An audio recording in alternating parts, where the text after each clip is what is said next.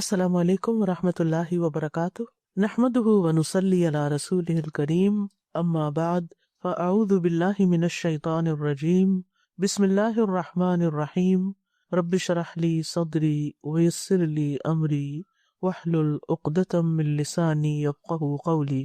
آج ہم انشاءاللہ استغفار کے بارے میں پڑھیں گے۔ پہلے آپ دعائیں سن لیجئے پھر ہم شروع کرتے ہیں۔ تم اللہ سے بخشش کیوں نہیں مانگتے تاکہ تم پر رحم کیا جائے؟ میں اللہ سے استغفار کرتا ہوں اور اس سے توبہ کرتا ہوں۔ میں معافی مانگتا ہوں اللہ سے جس کے علاوہ کوئی معبود نہیں، وہ زندہ ہے، قائم ہے، اور میں اسی کی طرف توبہ کرتا ہوں۔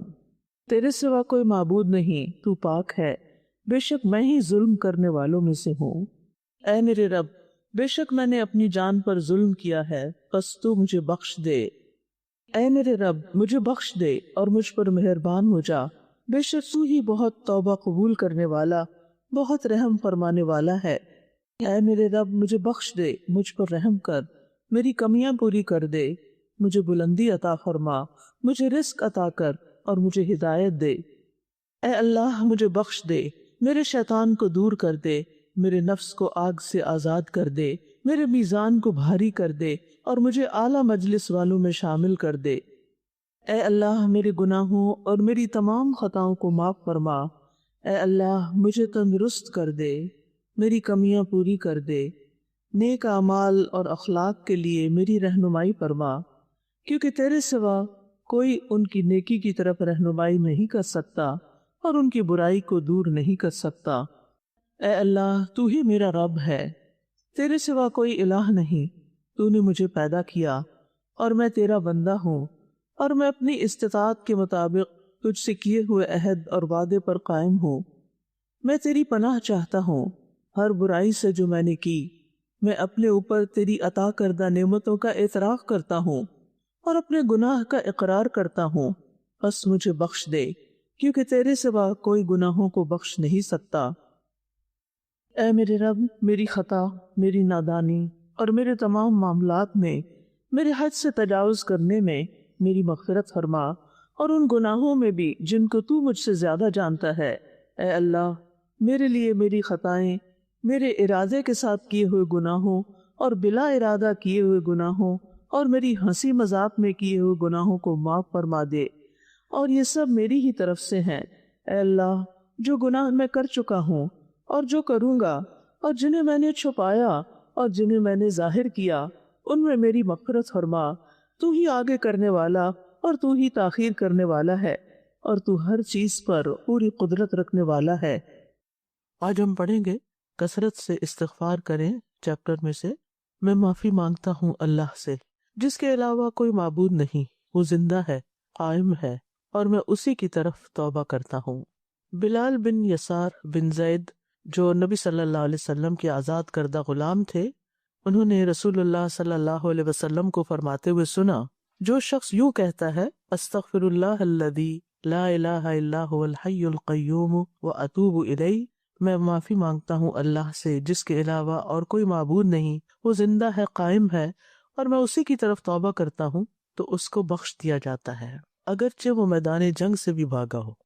میدان جنگ سے بھاگنا کبیرہ گناہ ہے، بہت بڑے ہلاک کر دینے والے گناہوں میں سے ہے، یعنی 7 ہلاک کرنے والی چیزیں جو ہیں ان میں سے ایک میدان جہاد سے، میدان جنگ سے بھاگ جانا، یعنی پیٹھ پھیر کے چلے جانا۔ تو اس لیے اگر اس دعا کے پڑھنے سے اتنا بڑا گناہ معاف ہو سکتا ہے تو دیگر گناہ بھی معاف ہو سکتے ہیں، لیکن یہ یاد رکھیے کہ گناہ پہ قائم رہتے ہوئے کہ کرتا چلا جائے، انسان انسسٹ کرے گناہ پر اور ساتھ استغفر اللہ بھی پڑھے، تو یہ فائدہ نہیں دیتا۔ بہرحال اس دعا سے کبیرہ اور صغیرہ دونوں گناہوں کی معافی ممکن ہے، یعنی دیگر کبیرہ گناہ جیسے والدین کی نافرمانی ہے، جیسے اور غلط کاموں میں ملوث ہونا جن کی حرمت واضح طور پر آ چکی ہے، تو ان سب گناہوں سے معافی مانگنے کے لیے یہ دعا بہت فائدہ مند ہے، لیکن پورے یقین اور پورے وثوق کے ساتھ مانگنا چاہیے۔ یہ نہیں سوچنا چاہیے کہ پتہ نہیں اللہ تعالیٰ معاف کرے گا یا نہیں۔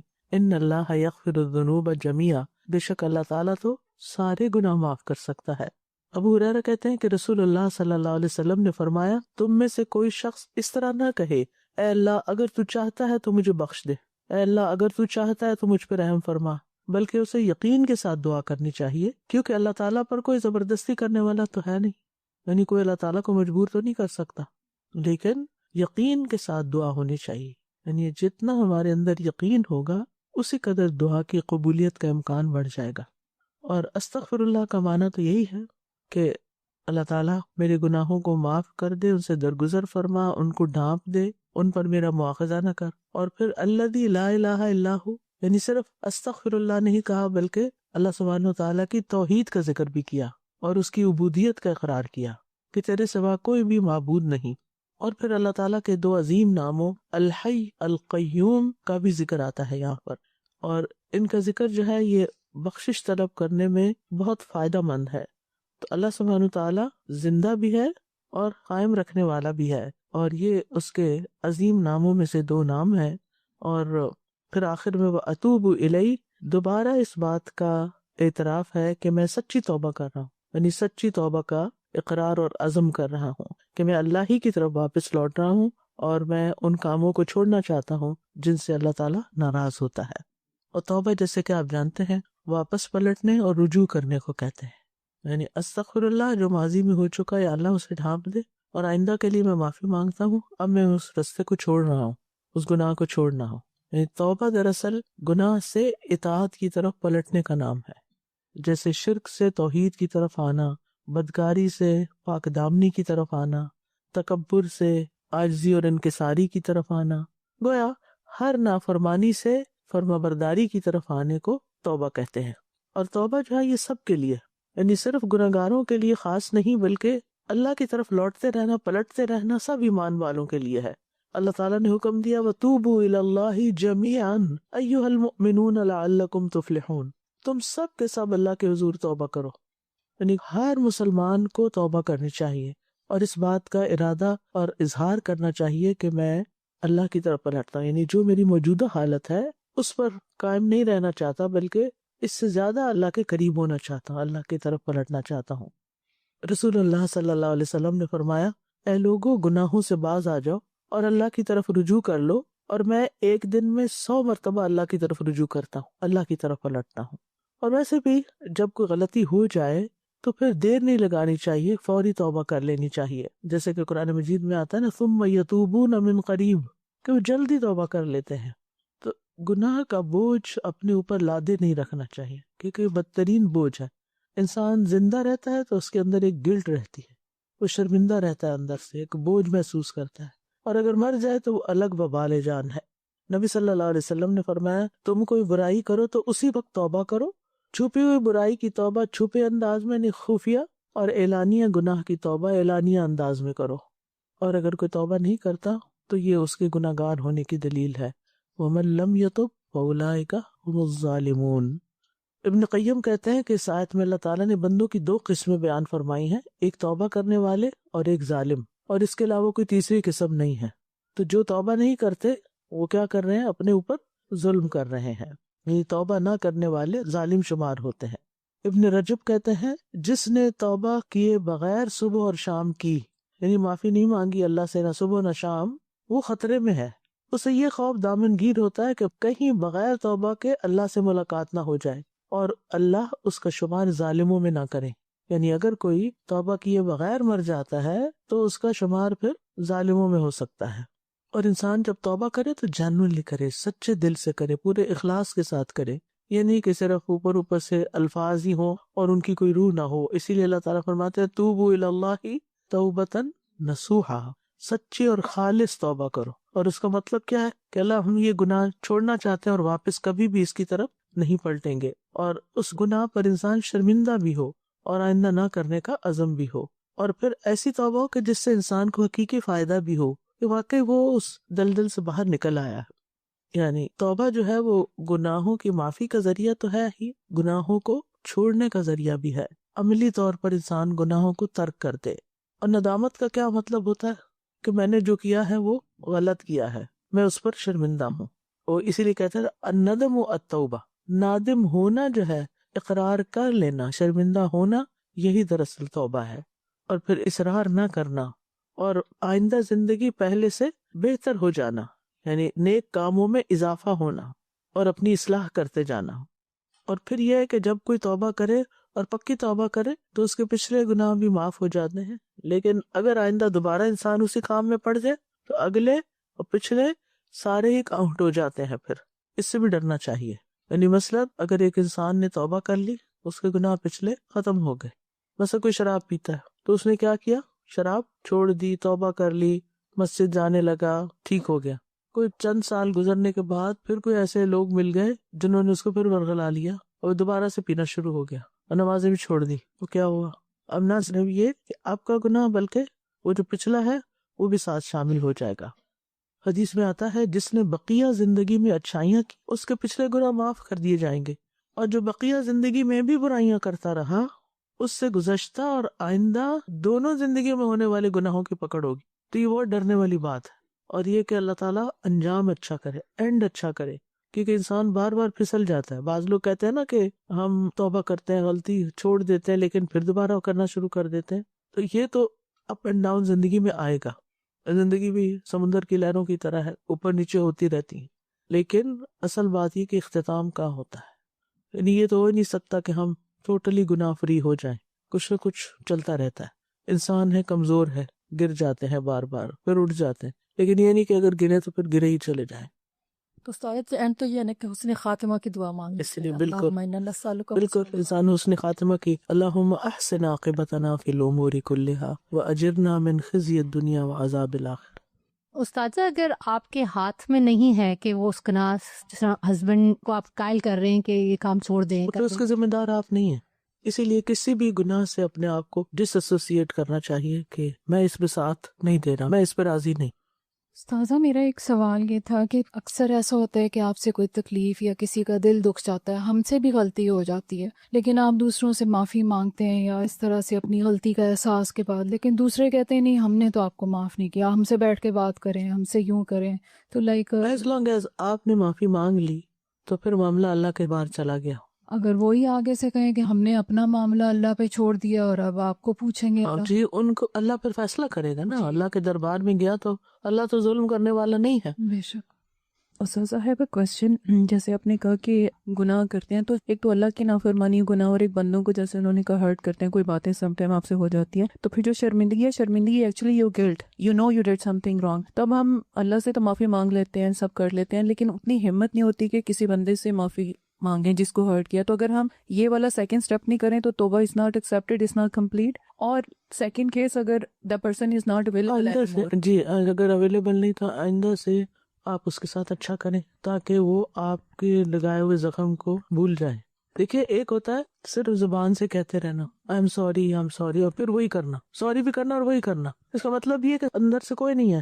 اور اگر آپ نے معافی مانگ بھی لی یا اس سے نہیں کہہ سکے شرمندگی کے مارے، لیکن آپ نے وہ غلطی دوبارہ کرنی چھوڑ دی اور آپ نے کسی سے بدسلوکی کی، اب آپ اس سے سلوک کر رہے ہیں، تو انشاءاللہ یہ جو آپ کا حسن سلوک ہے وہ اس کو مٹا دے گا. لا الہ الا انت سبحانک انی کنت من الظالمین. تیرے سوا کوئی معبود نہیں، تو پاک ہے، بے شک میں ہی ظلم کرنے والوں میں سے ہوں. یہ حضرت یونس علیہ السلام کی دعا ہے جب وہ اپنی قوم سے ناراض ہو کر قوم کو چھوڑ کر چلے گئے اور انہوں نے سمجھا کہ اب ان کی پکڑ نہیں ہوگی. دیکھیے یہ بھی ہوتا ہے انسان کے ساتھ کہ انسان ایک غلط کام کرتا ہے اور پھر سوچتا کچھ نہیں ہوتا، اس سے کیا ہوتا ہے، میرے ساتھ بھی تو ایسا اور ایسا کیا گیا، یہ نہیں ہونا چاہیے. تو بہرحال آپ جانتے ہیں سارا واقعہ کہ کس طرح پھر مچھلی کے پیٹ میں چلے گئے اور انہوں نے وہاں اندھیروں میں جا کے پکارا کہ تیرے سوا کوئی معبود نہیں، تو پاک ہے ہر عیب کمی کوتاہی سے، یقیناً میں ظلم کرنے والوں میں سے ہو گیا ہوں. تو ان کے اس اعتراف کی وجہ سے اللہ سبحانہ تعالیٰ نے ان کی دعا قبول کر لی اور انہیں غم، مصیبت، اس تکلیف اور پریشانی سے نجات عطا کی، اور پھر ساتھ وعدہ بھی کیا کہ وَكَذَلِكَ نُنْجِي الْمُؤْمِنِينَ، سارے مومنوں کو ہم اسی طرح نجات دیتے ہیں. یہ ہمارے لیے ایک بہت بڑی ہوپ اور امید ہے کہ اگر ہم بھی اسی طرح دعا کریں گے اور سچے دل سے کریں گے تو اللہ تعالیٰ معاف فرما دیں گے. تو اس سے پتہ چلتا ہے کہ غلطی پر اڑنا نہیں چاہیے بلکہ واپس پلٹ آنا چاہیے، معافی مانگ لینی چاہیے، ڈٹ نہیں جانا چاہیے کہ میں ایسے ہی کروں گا، میں نے ٹھیک کیا ہے. اور اپنی غلط بات انسان منوانا شروع کر دے، کسی کی نصیحت پہ کان ہی نہ دھرے اور نصیحت کرنے والے سے نفرت کرے اور اصرار کرے کہ میں نے اب کیا، میں آئندہ بھی کروں گا، تو یہ چیز اللہ تعالیٰ کو پسند نہیں۔ ہم انسان ہیں، ہم سے غلطیاں ہو جاتی ہیں، لیکن غلطیوں پہ اڑنا نہیں چاہیے، غلطیوں کو مان جانا چاہیے، ان سے سبق سیکھنا چاہیے، ان کی اصلاح کرنی چاہیے، توبہ کرنی چاہیے اور پہلے سے زیادہ بہتر انسان بننے کی کوشش کرنی چاہیے۔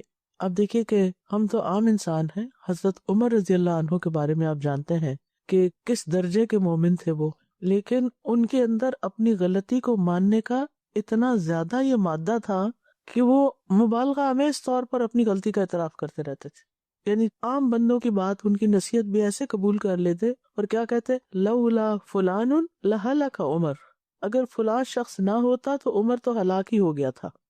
یعنی کسی کی نصیحت پر ناراض ہونا تو دور کی بات، اس کو توجہ سے سننا اور اس کو دیر اینڈ دین اپریشیٹ کرنا۔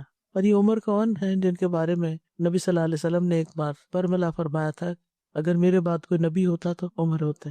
یعنی اتنے پاک باز متقی انسان جن کو اللہ کے رسول صلی اللہ علیہ وسلم ویلیڈیٹ کر رہے ہیں اور ان کی تعریف کر رہے ہیں۔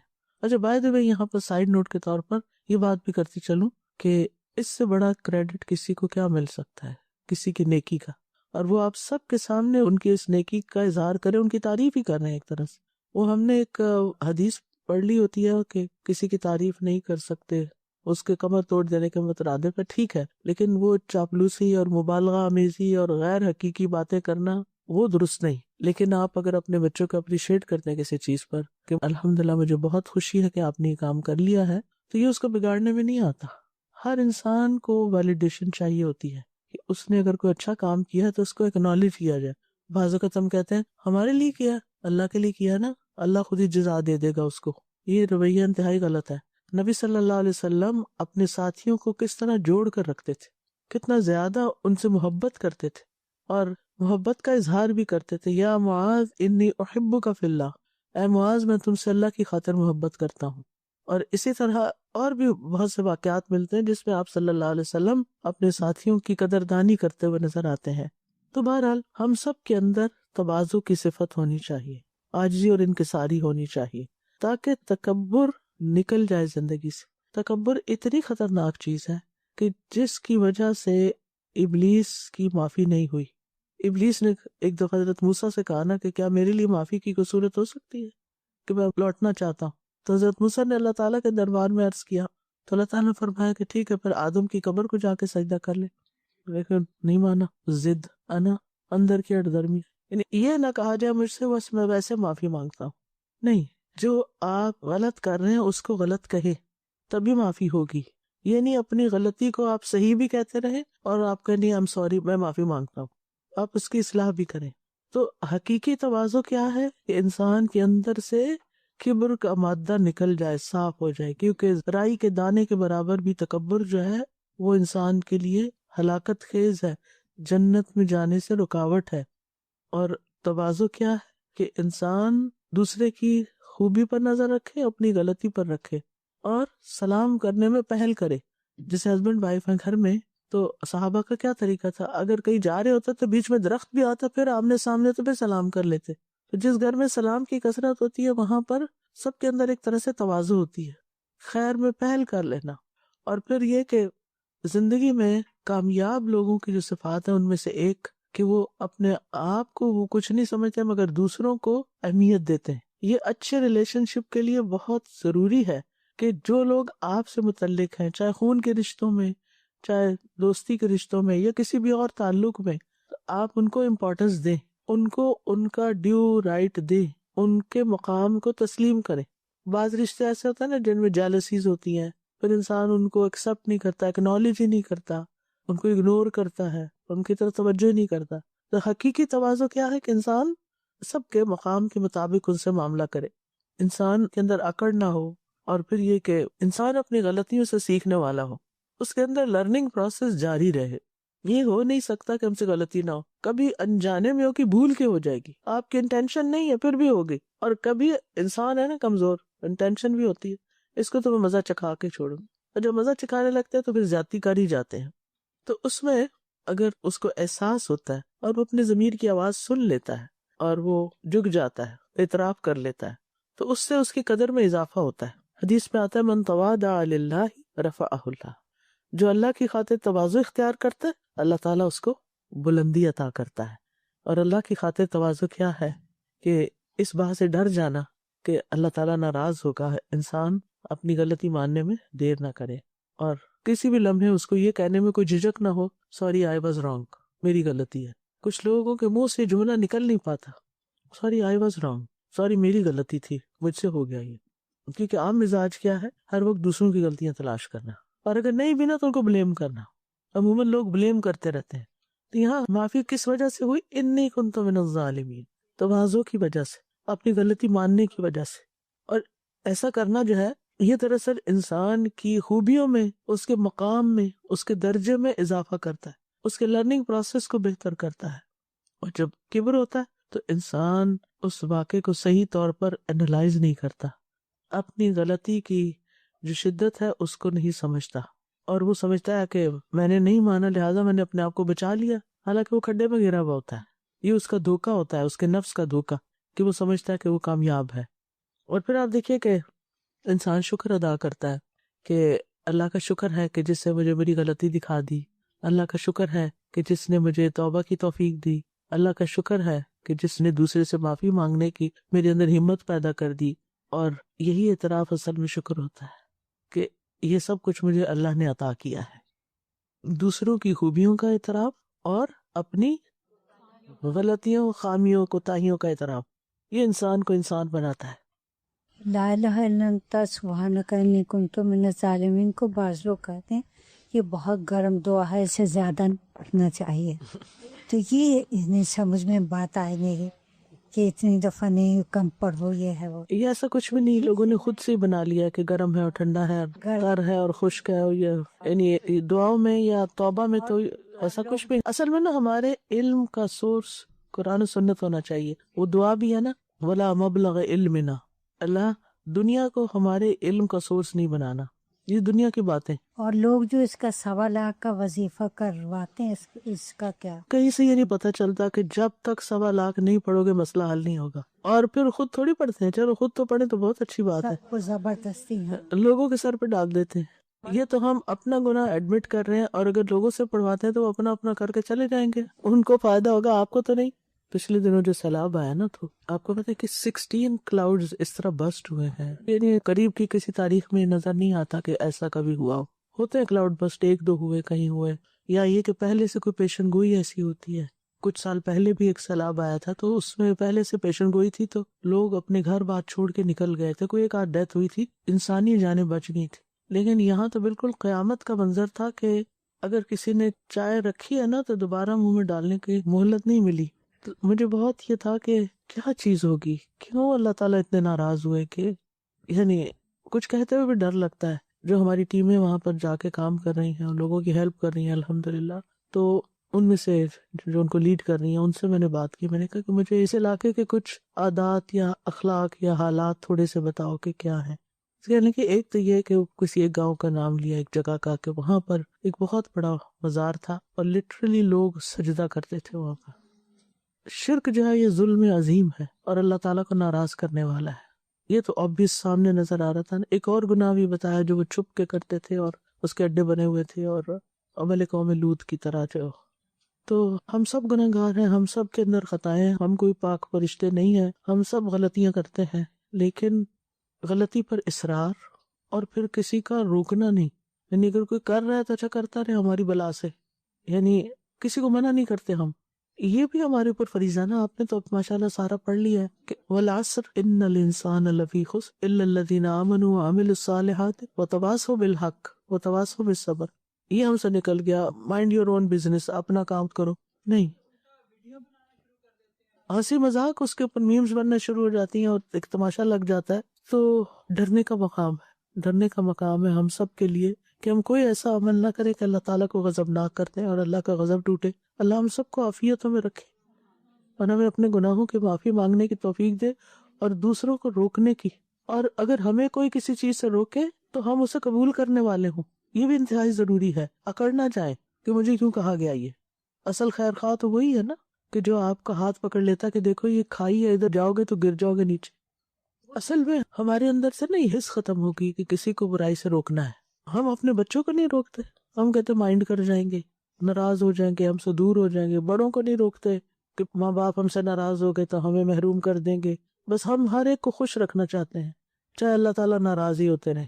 میں نہیں کہتی کہ آپ بد اخلاقی برتیں، بدتمیزی سے بات کریں، لیکن ایک درد تو ہو آپ کے اندر کہ ایک شخص ہلاکت کی طرف جا رہا ہے، اس کا ہاتھ پکڑنا ہے، میں نے اس کو منع کرنا ہے کسی نہ کسی طرح. اور اگر نہیں کریں گے تو ایسا نہ ہو کہ ایسی پکڑ ہے کہ سب بیچ میں پھر پس جائیں، کیونکہ جب ایسی کو پکڑ آتی ہے تو اس میں تو نیک بد سبھی پہ جاتے ہیں نا. ساجی آپ نے کہا نا کہ دوسروں کی خوبیوں پہ نظر رکھو اور اپنی خامیوں. اس آیت میں بھی دیکھیں آپ یہی انی کنتم من الظالمین. جی ہاں، اللہ کی تسبیح اور اپنی غلطی کا اعتراف. اور اس میں آپ دیکھیے کہ یہ جو کہا نا کہ انی کنت من الظالمین، کنتو جو کہنا ہوتا ہے نا اس میں ایک استمرار بھی ہوتا ہے، یعنی میں ظلم کرتا ہی رہتا ہوں، تھا نہیں کہ کبھی تھا یا کیا تھا، بس نہیں کرتا رہتا ہوں. اور یہ اعتراف کہ غلطی سے پاک صرف اللہ کی ذات ہے. سبحانک، صرف تو پاک ہے. جو یہ کہتا ہے نا کہ تو پاک ہے تو وہ اس سے نکل آتا ہے کہ میں پاک ہوں اور میں بڑا اچھا ہوں، میں بڑا نیک ہوں. اور کبر کیا ہے؟ دوسروں کو حقیر سمجھتے رہنا، دوسروں کی غلطیاں چنتے رہنا اور اپنی غلطی کو نہ ماننا. اور ہم بعض اوقات باہر والوں کو تو معاف کر دیتے ہیں کہ ہماری بلا سے، ہم سے ریلیٹڈ ہی نہیں، جو مرضی کوئی کرے، اچھا کر رہا ہے برا کر رہا ہے اس کے اپنے لیے. لیکن ہم اپنے گھروں کے اندر، ہم اپنے ریلیشنز میں، ہسبینڈ وائف بھی ایک دوسرے کو معاف نہیں کرتے، دوسرے کو حقیر سمجھتے. یہ کم پڑھا لکھا ہے، اس کے پاس پیسے کم ہیں، میرا گھرانہ تو بہت امیر تھا، میں تو بہت پڑھے لکھے لوگوں میں سے ہوں، مجھے تو پورا قرآن آ گیا ہے، ان کو تو کچھ دین کا پتہ ہی نہیں ہے. یہ رویہ بھی نہیں ہونا چاہیے. اگر اللہ نے ہمیں کوئی بھی نعمت دی ہے نا تو شکرانہ طلب کرتی، ہم سے شکر کرتے رہنا چاہیے، نہ کہ اس نعمت کو پا کے اکڑ اور پھر جس کے پاس نہیں اس کو حقیر سمجھے. یہ نہیں ہونا چاہیے.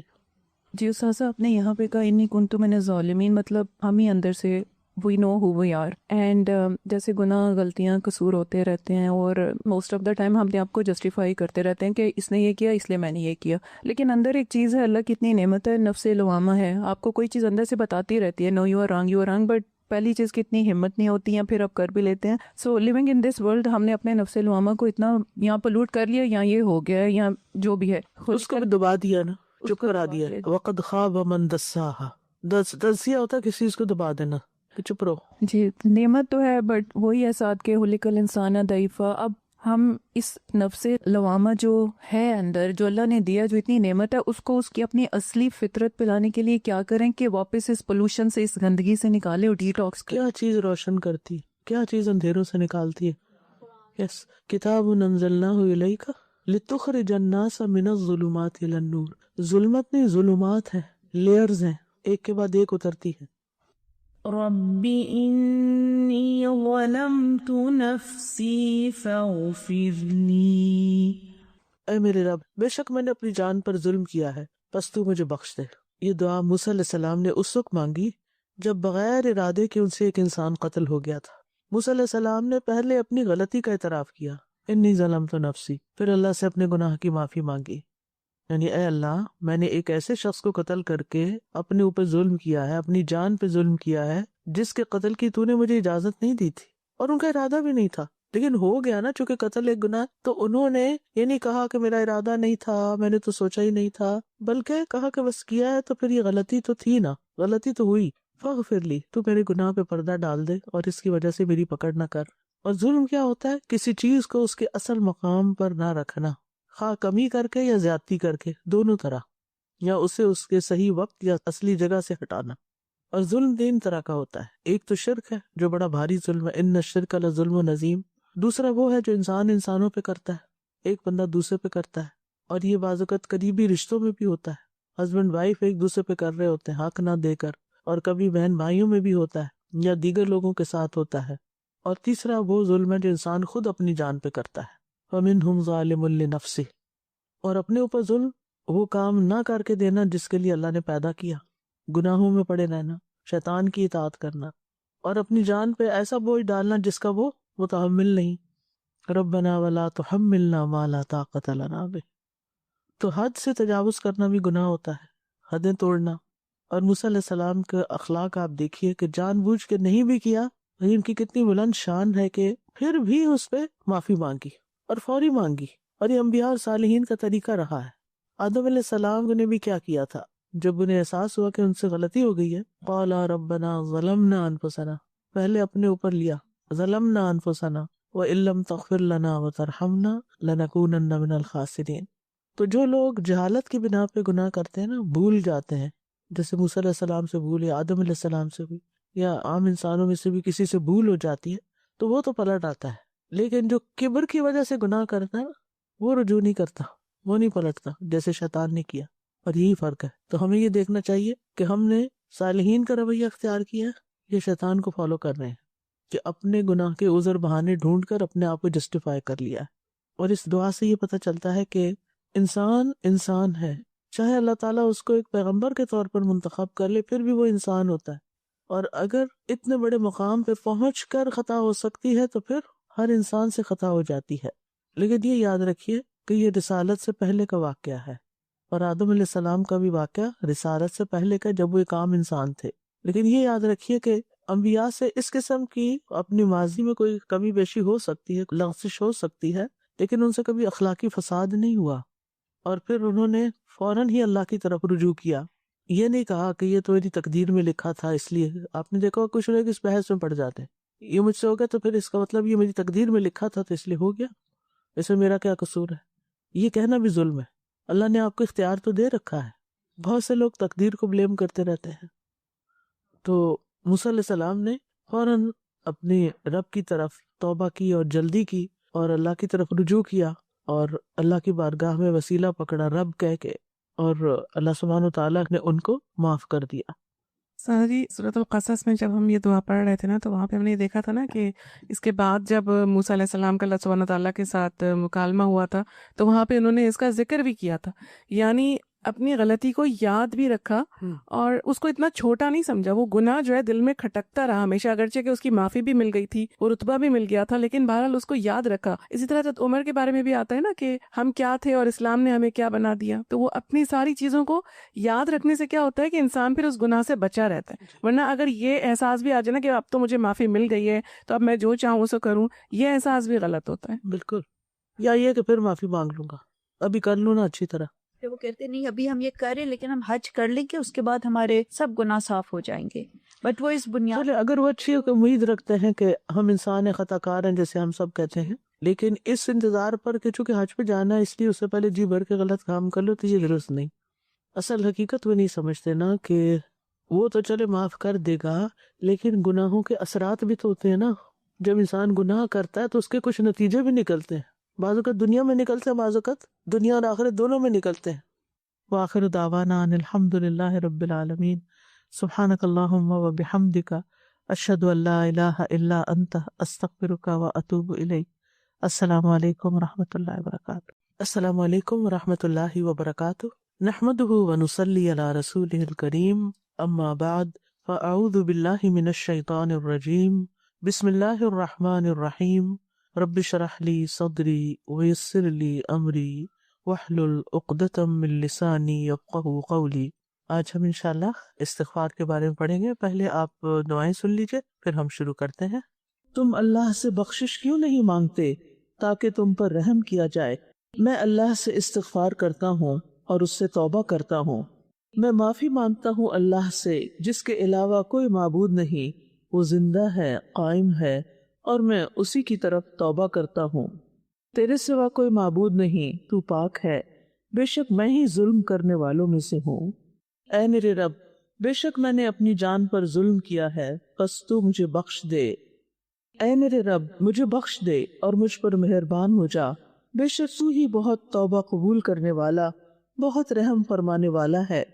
اے میرے رب، مجھے بخش دے، مجھ پر رحم کر، میری کمیاں پوری کر دے، مجھے بلندی عطا فرما، مجھے رزق عطا کر اور مجھے ہدایت دے۔ اے اللہ، مجھے بخش دے، میرے شیطان کو دور کر دے، میرے نفس کو آگ سے آزاد کر دے، میرے میزان کو بھاری کر دے اور مجھے اعلیٰ مجلس والوں میں شامل کر دے۔ اے اللہ، میرے گناہوں اور میری تمام خطاؤں کو معاف فرما۔ اے اللہ، مجھے تندرست کر دے، میری کمیاں پوری کر دے، نیک اعمال اور اخلاق کے لیے میری رہنمائی فرما، کیونکہ تیرے سوا کوئی ان کی نیکی کی طرف رہنمائی نہیں کر سکتا اور ان کی برائی کو دور نہیں کر سکتا۔ اے اللہ تو ہی میرا رب ہے، تیرے سوا کوئی الہ نہیں، تو نے مجھے پیدا کیا اور میں تیرا بندہ ہوں، اور میں اپنی استطاعت کے مطابق تجھ سے کیے ہوئے عہد اور وعدے پر قائم ہوں۔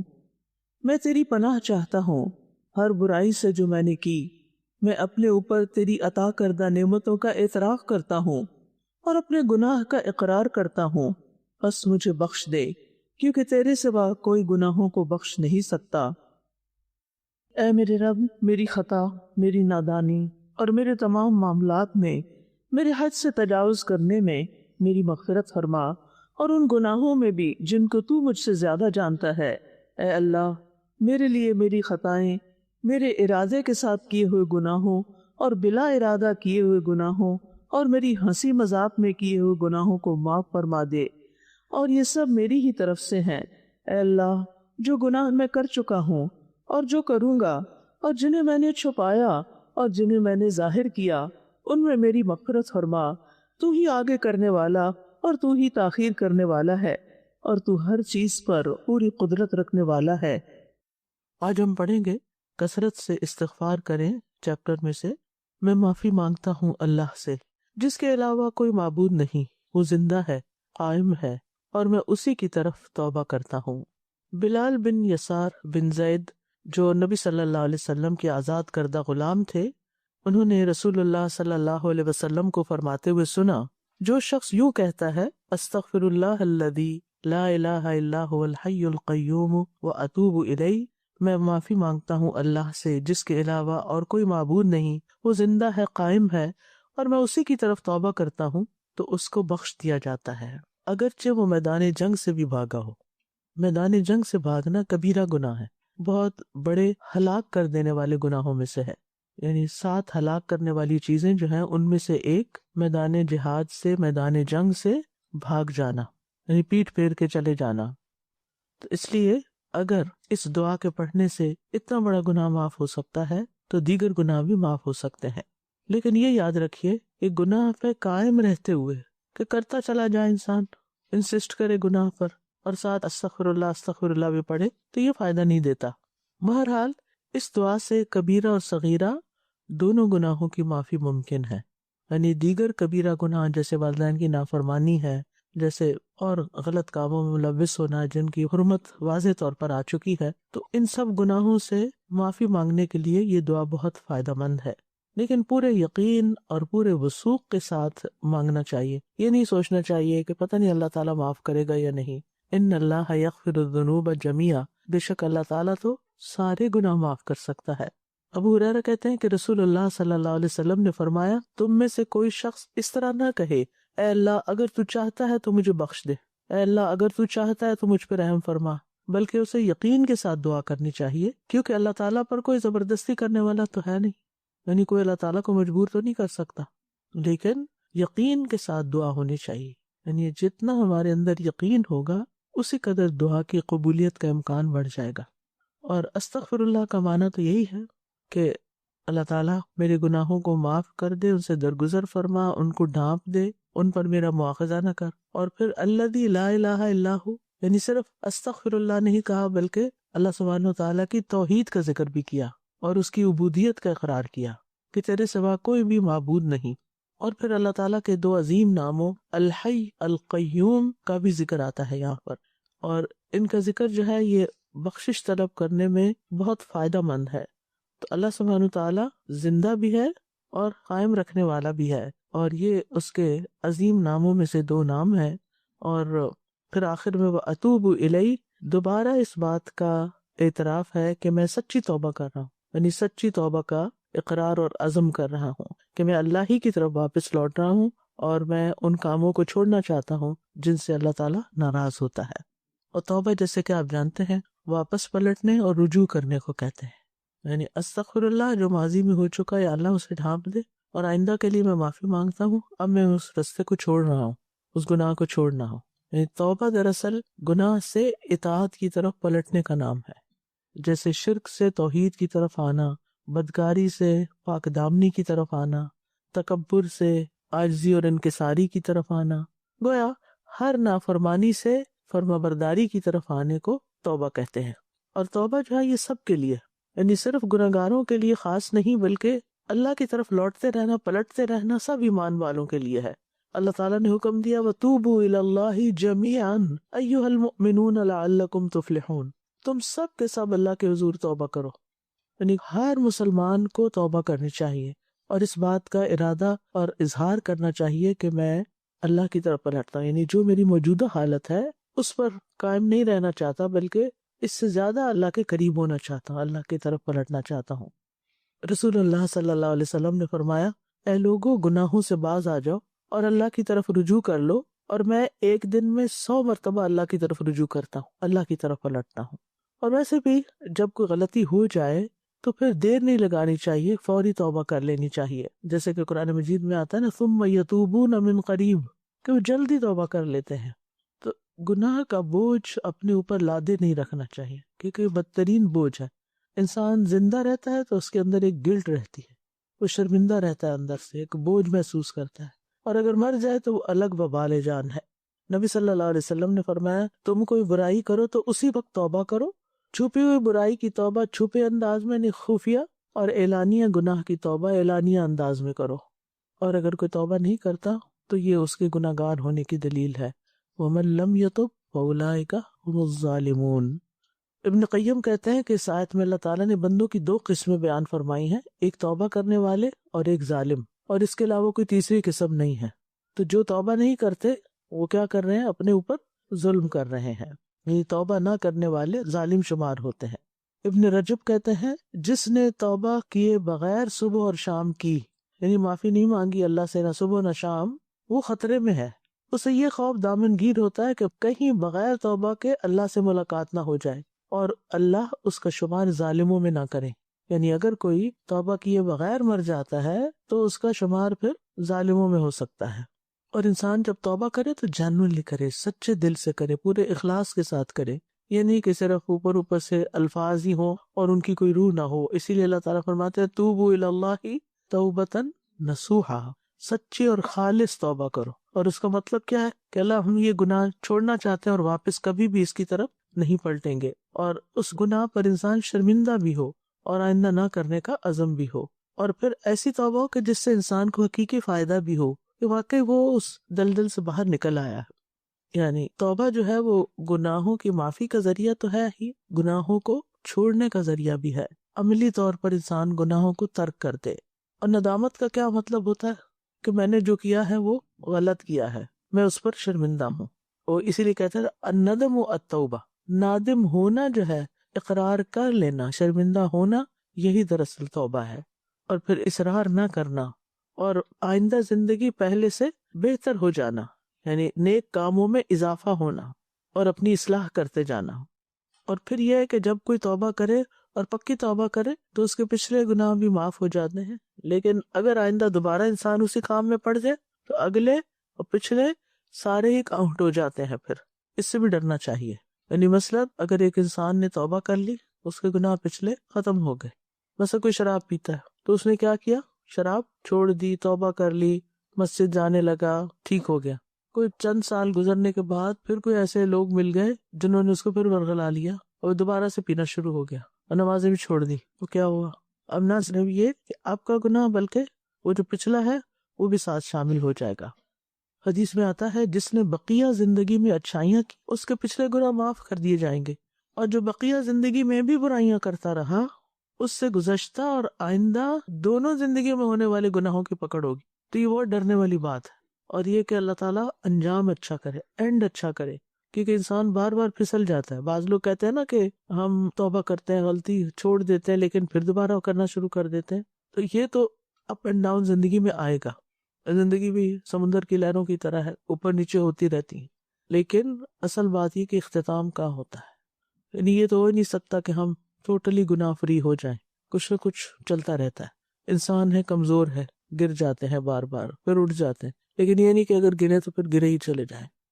تو استاد اینڈ تو یہ ہے کہ حسن خاتمہ کی دعا مانگیں، اس لیے بالکل انسان حسن خاتمہ کی اللہم احسن عاقبتنا فی الامور کلہا واجرنا من خزی الدنیا وعذاب الآخرہ۔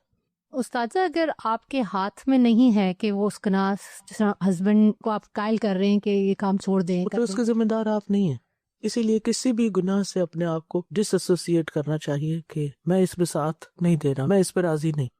استاذہ میرا ایک سوال یہ تھا کہ اکثر ایسا ہوتا ہے کہ آپ سے کوئی تکلیف یا کسی کا دل دکھ جاتا ہے، ہم سے بھی غلطی ہو جاتی ہے، لیکن آپ دوسروں سے معافی مانگتے ہیں یا اس طرح سے اپنی غلطی کا احساس کے بعد، لیکن دوسرے کہتے ہیں نہیں ہم نے تو آپ کو معاف نہیں کیا، ہم سے بیٹھ کے بات کریں، ہم سے یوں کریں، تو لائک ایز لانگ ایز آپ نے معافی مانگ لی تو پھر معاملہ اللہ کے باہر چلا گیا۔ اگر وہی آگے سے کہیں کہ ہم نے اپنا معاملہ اللہ پہ چھوڑ دیا اور اب آپ کو پوچھیں گے جی ان کو اللہ پھر فیصلہ کرے گا نا، اللہ کے دربار میں گیا تو اللہ تو ظلم کرنے والا نہیں ہے۔ بے شک۔ استاذہ I have a question، جیسے آپ نے کہا کہ گناہ کرتے ہیں تو ایک تو اللہ کی نافرمانی گناہ، اور ایک بندوں کو جیسے انہوں نے کہا ہرٹ کرتے ہیں، کوئی باتیں سم ٹائم آپ سے ہو جاتی ہیں، تو پھر جو شرمندگی ہے، شرمندگی actually your guilt, you know you did something wrong, تب ہم اللہ سے تو معافی مانگ لیتے ہیں، سب کر لیتے ہیں، لیکن اتنی ہمت نہیں ہوتی کہ کسی بندے سے معافی مانگیں جس کو ہرٹ کیا۔ تو اگر ہم یہ والا سیکنڈ اسٹیپ نہیں کریں تو توبہ is not accepted, is not complete. اور سیکنڈ کیس اگر دا پرسن از ناٹ آئندہ سے جی اگر اویلیبل نہیں تھا، آئندہ سے آپ اس کے ساتھ اچھا کریں تاکہ وہ آپ کے لگائے ہوئے زخم کو بھول جائے۔ دیکھیے ایک ہوتا ہے صرف زبان سے کہتے رہنا آئی ایم سوری اور پھر وہی کرنا، سوری بھی کرنا اور وہی کرنا، اس کا مطلب یہ کہ اندر سے کوئی نہیں ہے۔ اور اگر آپ نے معافی مانگ بھی لی یا اس سے نہیں کہہ سکے شرمندگی کے مارے، لیکن آپ نے وہ غلطی دوبارہ کرنی چھوڑ دی اور آپ نے کسی سے بدسلوکی کی، اب آپ اس سے سلوک کر رہے ہیں، تو انشاءاللہ یہ جو آپ کا حسن سلوک ہے وہ اس کو مٹا دے گا۔ لا الہ الا انت سبحانک انی کنت من الظالمین۔ تیرے سوا کوئی معبود نہیں، تو پاک ہے، بے شک میں ہی ظلم کرنے والوں میں سے ہوں۔ یہ حضرت یونس علیہ السلام کی دعا ہے جب وہ اپنی قوم سے ناراض ہو کر قوم کو چھوڑ کر چلے گئے اور انہوں نے سمجھا کہ اب ان کی پکڑ نہیں ہوگی۔ دیکھیے یہ بھی ہوتا ہے انسان کے ساتھ کہ انسان ایک غلط کام کرتا ہے اور پھر سوچتا کچھ نہیں ہوتا، اس سے کیا ہوتا ہے، میرے ساتھ بھی تو ایسا اور ایسا کیا گیا، یہ نہیں ہونا چاہیے۔ تو بہرحال آپ جانتے ہیں سارا واقعہ کہ کس طرح پھر مچھلی کے پیٹ میں چلے گئے اور انہوں نے وہاں اندھیروں میں جا کے پکارا کہ تیرے سوا کوئی معبود نہیں، تو پاک ہے ہر عیب کمی کوتاہی سے، یقیناً میں ظلم کرنے والوں میں سے ہو گیا ہوں۔ تو ان کے اس اعتراف کی وجہ سے اللہ سبحانہ تعالیٰ نے ان کی دعا قبول کر لی اور انہیں غم، مصیبت، اس تکلیف اور پریشانی سے نجات عطا کی، اور پھر ساتھ وعدہ بھی کیا کہ وَكَذَلِكَ نُنْجِي الْمُؤْمِنِينَ، سارے مومنوں کو ہم اسی طرح نجات دیتے ہیں۔ یہ ہمارے لیے ایک بہت بڑی ہوپ اور امید ہے کہ اگر ہم بھی اسی طرح دعا کریں گے اور سچے دل سے کریں گے تو اللہ تعالیٰ معاف فرما دیں گے۔ تو اس سے پتہ چلتا ہے کہ غلطی پر اڑنا نہیں چاہیے بلکہ واپس پلٹ آنا چاہیے، معافی مانگ لینی چاہیے، ڈٹ نہیں جانا چاہیے کہ میں ایسے ہی کروں گا، میں نے ٹھیک کیا ہے، اور اپنی غلط بات انسان منوانا شروع کر دے، کسی کی نصیحت پہ کان ہی نہ دھرے اور نصیحت کرنے والے سے نفرت کرے اور اصرار کرے کہ میں نے اب کیا، میں آئندہ بھی کروں گا، تو یہ چیز اللہ تعالیٰ کو پسند نہیں۔ ہم انسان ہیں، ہم سے غلطیاں ہو جاتی ہیں، لیکن غلطیوں پہ اڑنا نہیں چاہیے، غلطیوں کو مان جانا چاہیے، ان سے سبق سیکھنا چاہیے، ان کی اصلاح کرنی چاہیے، توبہ کرنی چاہیے اور پہلے سے زیادہ بہتر انسان بننے کی کوشش کرنی چاہیے۔ اب دیکھیے کہ ہم تو عام انسان ہیں، حضرت عمر رضی اللہ عنہ کے بارے میں آپ جانتے ہیں کہ کس درجے کے مومن تھے وہ، لیکن ان کے اندر اپنی غلطی کو ماننے کا اتنا زیادہ یہ مادہ تھا کہ وہ مبالغہ آمیز طور پر اپنی غلطی کا اعتراف کرتے رہتے تھے، یعنی عام بندوں کی بات، ان کی نصیحت بھی ایسے قبول کر لیتے اور کیا کہتے، لولا فلان لہلک عمر، اگر فلاں شخص نہ ہوتا تو عمر تو ہلاک ہی ہو گیا تھا۔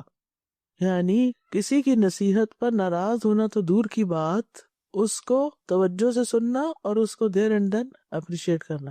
اور یہ عمر کون ہیں جن کے بارے میں نبی صلی اللہ علیہ وسلم نے ایک بار برملا فرمایا تھا، اگر میرے بعد کوئی نبی ہوتا تو عمر ہوتے، یعنی اتنے پاک باز متقی انسان جن کو اللہ کے رسول صلی اللہ علیہ وسلم ویلیڈیٹ کر رہے ہیں اور ان کی تعریف کر رہے ہیں۔ اچھا بائی دی وے یہاں پر سائیڈ نوٹ کے طور پر یہ بات بھی کرتی چلوں کہ اس سے بڑا کریڈٹ کسی کو کیا مل سکتا ہے کسی کی نیکی کا، اور وہ آپ سب کے سامنے ان کی اس نیکی کا اظہار کرے، ان کی تعریف ہی کر رہے ہیں ایک طرح سے۔ وہ ہم نے ایک حدیث پڑھ لی ہوتی ہے کہ کسی کی تعریف نہیں کر سکتے، اس کے کمر توڑ دینے کے مترادف ہے، ٹھیک ہے، لیکن وہ چاپلوسی اور مبالغہ آمیزی اور غیر حقیقی باتیں کرنا وہ درست نہیں۔ لیکن آپ اگر اپنے بچوں کو اپریشیٹ کرتے ہیں کسی چیز پر کہ الحمدللہ مجھے بہت خوشی ہے کہ آپ نے یہ کام کر لیا ہے، تو یہ اس کو بگاڑنے میں نہیں آتا. ہر انسان کو ویلیڈیشن چاہیے ہوتی ہے کہ اس نے اگر کوئی اچھا کام کیا ہے تو اس کو ایکنالج کیا جائے.